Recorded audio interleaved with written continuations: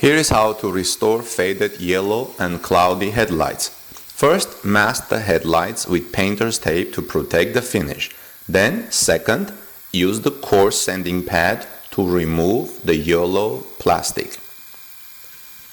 Third, use the medium sanding pad to smooth the lens of your headlights, as you can see in this video.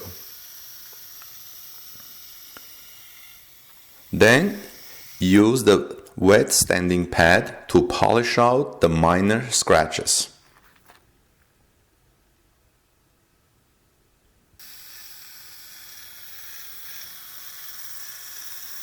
After you polish out the minor scratches, use the polishing compound to bring the headlights back to new.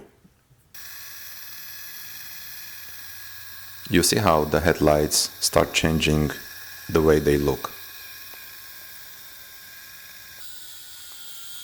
Looks like they're already completely restored.